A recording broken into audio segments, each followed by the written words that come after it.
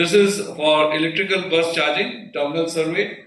So we better understand the physical charging requirements involved for integrating electric buses with the existing bus fleet. In Helsinki, we have done this in Helsinki metropolitan region. So we performed early survey and physical siting concepts as part of a broader investigation into the feasibility of e-bus operations. So Espoo City maintains an innovative position in e-bus development and position itself for more organized and prepared uptake as the technology becomes more prevalent. We also provide the strategic advisory on EV charging infrastructure for electrification of car fleet. So in Esbjerg municipality in Denmark, we have done this for the municipality, and our role was to cooperating closely with the client by producing the strategy and action. This action plan is accompanied by a business plan and a calculation of the reduced carbon dioxide emissions to highlight the pros and cons of the electrification. The beauty about Denmark and the Nordic countries is basically they have a lot of offshore wind, which is a very good source of renewable energy. So they are actually using renewable energy for charging their electric vehicles. And in a true sense, they are reducing the carbon content. We also design a new bus garage for 150 plus electric buses that will serve the city center of Oslo, Norway.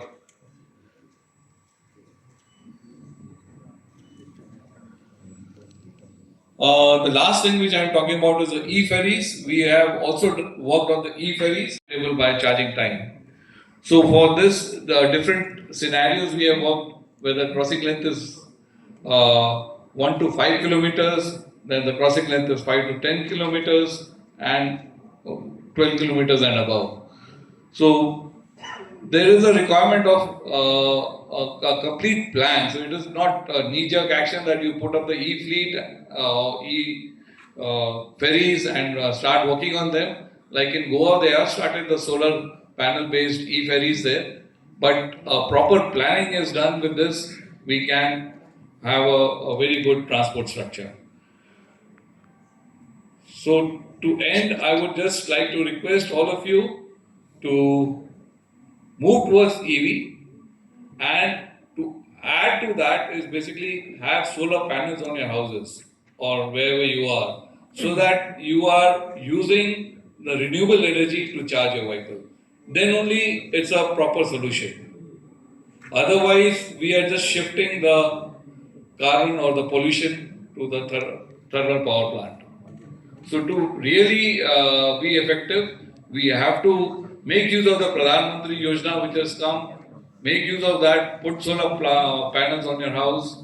How many of us have solar panels above our house? Can somebody raise a hand? I know I'm digressing. Just two. I'm the third one. So there is a lot of scope. I know we are living in flats, we don't have all this thing. But for the flat, we can put the solar panels on the top, and this charging station could be powered by that. So it's also possible. Let's look at that, and because we have only one earth, we don't have any other place to go to. And the way we are exploiting the earth and consuming, we need to look into this to survive on this planet. So let's wake up now before it is too late. Thank you so much. Insights, please इनके लिए फिर से एक बार जोरदार तालियां हो जाए. So now the next presentation, I would like to welcome Mr. Murugadas Kannan, Senior Solution Consultant, Siemens, to give a. So I request him to please come up on the dais.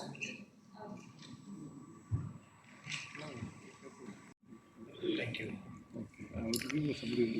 Hello everyone, my name is Kannan. I'm part of Siemens, Siemens Asia Pacific region.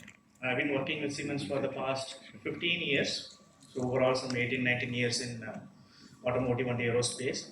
I don't normally focus on specifically electric vehicle, something like that, or electric aeroplane. Mine is only something which propels on electrification, meaning we can even go ahead with electrified boats, electrified aircrafts, even we can combine with solar, and even the charging infra, how it works, everything we do.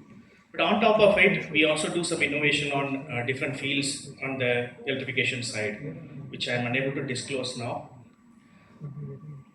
So as part of this, when we develop EVs, there are a lot of things associated with it. Like we source components from many, we assemble them, we do a lot of things, then we go back to table again, we come back again. Then a lot of technologies needed between the cars, trucks, and two-wheelers and tractors, so that one technology cannot be fulfilled. To say an example, if you look at a car, you need a HVAC system or a typical cooling system, like the modern Camry's immersion cooling. If you take a two-wheeler, you cannot have a HVAC-based battery cooling system in case Delhi reaches 50 degree. So what would you do on that time? So somebody was presenting on polymers. So there are materials that allows to ensure when you make EVs, especially two-wheelers or without HVAC system or a proper coolant system where the temperature is extremely high, you need to look at some innovation like phase change materials, like what we call paraffins, like henicosine, pentadecane, etc. So there are a lot of challenges. It is not easy, but we can address through simulation. That's what the ambition. Right from the table we can set up, and what we see on the laptop we can manufacture. That's the ambition. Now, who will lead the electric revolution? Is it someone who is already leading? Can't we make equivalent to some world biggest company? Yes, we can make. But actually, it's not about only the people. It's not only about the knowledge. It's about how you assemble the knowledge, how you adapt to the change. For example, today LFP is famous. I have seen on IDT report, people are looking at solid state batteries, and NCA is going to come. Even LTO people are trying. Then you have a NMC, and there are a lot more technologies that are coming up. And even if you take a car, we are looking at electric car. Toyota Mirage, if you see, it's a fuel cell based. Okay, so it's like a part of aircraft, part of automotive. They mix and generate. I want to give a requirements to the cell manufacturer. What should I need to give? What should be the cell capacity? What type of chemistry we are going to use? LFP, NMC, LTO, or NCA, etc., or solid state, or something, anything advanced technology. Then next, you will ask, what is the type of cell? One is chemistry. The type of cell. Is it a cylindrical pouch or even prismatic or something unique that you have made, etc. Then what should be the specific, the watt hour per kg, how much energy it can deliver per kg of mass. Then you have a current, voltage, rated capacity, and C rate also important. What should be the cost? What should be the weight? Then safety rating, IPC standards, IEC standards, etc. So these are the requirements that OE derives and keeps it as a standard. Then when they are giving to cell manufacturer, I think we have to engage with them actually. They will build, or we have to build some chemistry based model, or we'll get some spec from them. We'll validate, okay, this is the first level. How many cells should be in series? How many should be in parallel? What should be in each module? How many number of modules needed? Then we attach to a specific platform. That is very, very matter. The platform means the process that you maintain for your product development should never be missed or should never be lost. So you remember simply PPT, like a presentation, and you follow, and I'm damn sure that whatever challenges are, it's actually nothing if you ask me. So thank you for listening.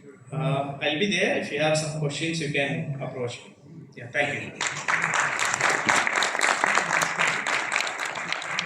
Patil, and I am the founder and CEO of EV Update Media. We are a B2B business media platform which focuses on electric vehicles and battery industry, and we are going beyond boundaries.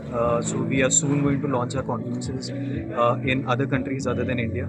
Already we are covering 6 states in India wherever the electric vehicle policies are more strong and prominent. And today's event, EV Update Telangana Summit, is one of the series from our all India conferences. We try to gather the ecosystem in the electric vehicles and battery space together so that the actual action happens. So in our concept, we make sure that from the component level to big OEMs, from startups to big OEMs, everyone is covered.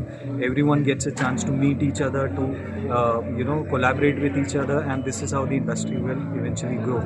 I am thankful to the whole industry that they've been very responsive and they love the efforts that we are taking. In fact, in today's conference, we got an appreciation from Bama from Bangladesh. So the president of Bama, he personally came and appreciated us for our efforts that we are taking, and we'll soon be planning to work with them and replicate the similar concept in Bangladesh as well. And beyond that, we are planning to expand in the Western market, Europe, US. There's a lot to do, a lot to work on, but our team is always very excited, and we are happy to always host our guests. We are happy to appreciate all the hardworking people in the electric vehicles and battery industry, and we are always there with them. Our e-magazines, newsletters, conferences, all the products are designed to support the whole industry. Thanks a lot. Also, I would like to thank Bahrain Economic Development Board. They showed interest in attending today's conference and participating here, and we were happy to host them. It is interesting to see that beyond Indian boundaries there are countries and organizations who are showing interest in the electric vehicles industry in India. I'm pretty sure there's going to be a huge roadmap for the Indian companies to grow beyond India, and also for the other countries to collaborate with Indian organizations and Indian companies to grow together. Thanks a lot.